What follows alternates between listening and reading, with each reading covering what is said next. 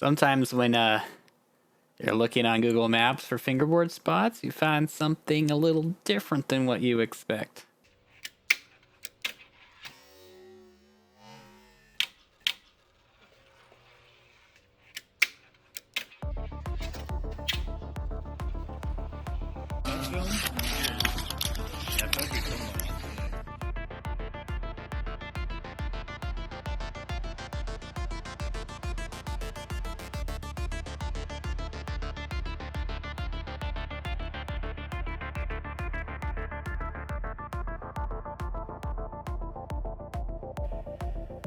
Hey, what's going on, guys? It's Chris Daniels here. Today I'm going to share with you a really cool trick on how to find outdoor fingerboarding spots. This worked for me in a lot of the towns in my area and cities near me. It may or may not work for you, but it's worth a shot. So first thing we're going to do is open up our internet browser, and then we're going to search for the town that we're looking to find a spot.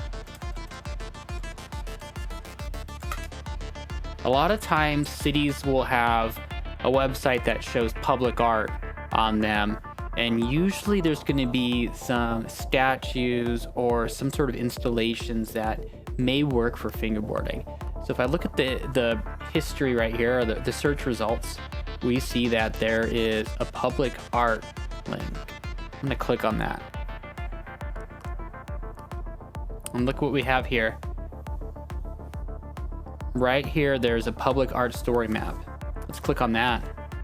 And what I found is most of the cities in my area actually have a map that maps out these art pieces. So you can see here, I can actually see images of them, which is not always the case.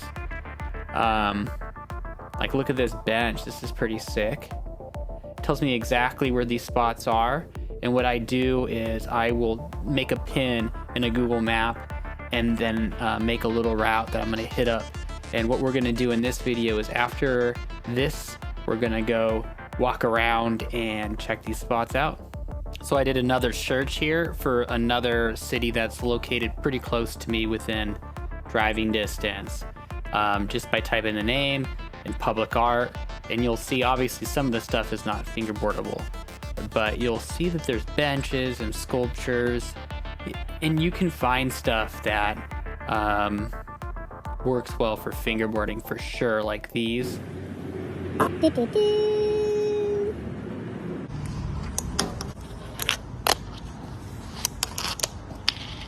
mind having the rain.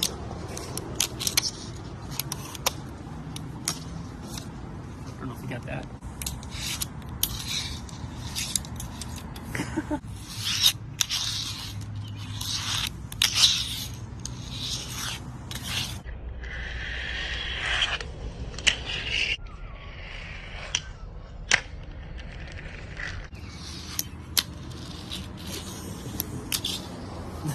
Another thing you can do is use Google Maps.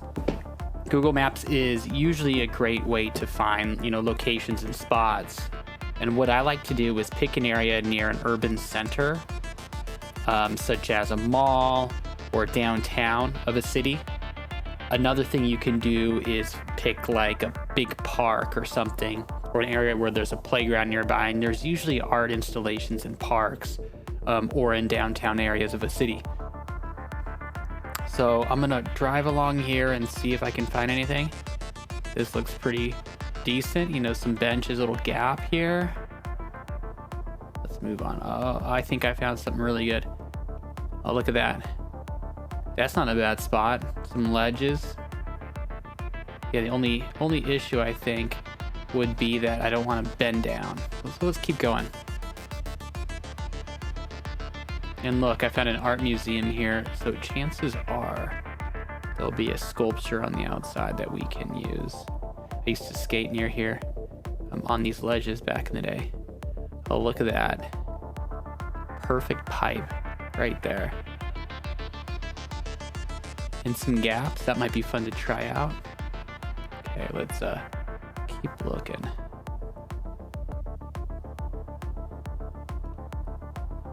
Little restaurant area. Oh, and potentially something around here.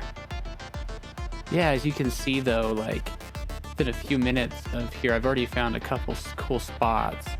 And what you can do is, let's go back to this one spot. I want to pin that so we can go on our map or full screen it.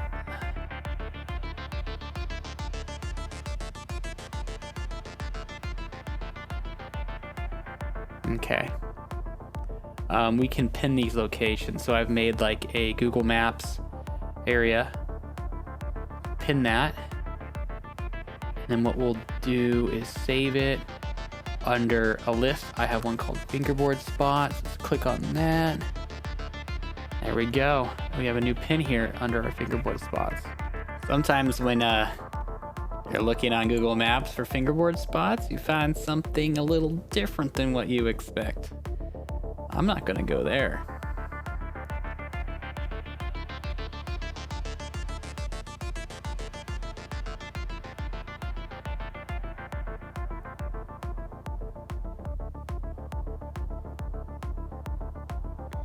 Jesus Christ.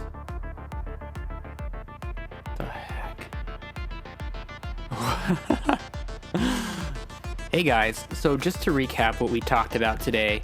First, we used Google search to look for public art installations that are in our local area, picking a handful of cities near you, seeing if they have a map, and just seeing if you can find spots that way.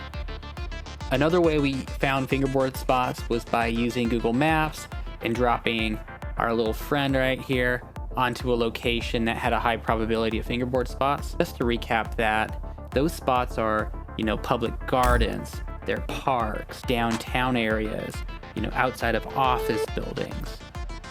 Now, schools actually can be really good, but they are private property typically, and you may get in trouble.